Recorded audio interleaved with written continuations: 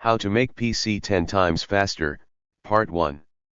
Hold Windows key and press R key to open Run, type temp then click OK. Hold Control key and press a key, then hold Shift key and press Delete to delete all files permanently. Again, open Run and type %temp% and click OK. Select all files and permanently delete them. One more time, open Run and type prefetch then click OK.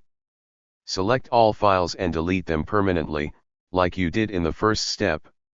Now, go to Windows search bar and search for Disk Cleanup, then click OK. Select your drive, in my case it's C drive where Windows is installed, and click OK. Select the files to delete and click OK, then click Delete Files. Now, wait for few seconds. Go to File Explorer and right-click on C drive, then click on Properties, and go to Tools tab then click on Optimize. Choose C drive, then click on Optimize. Wait for few seconds.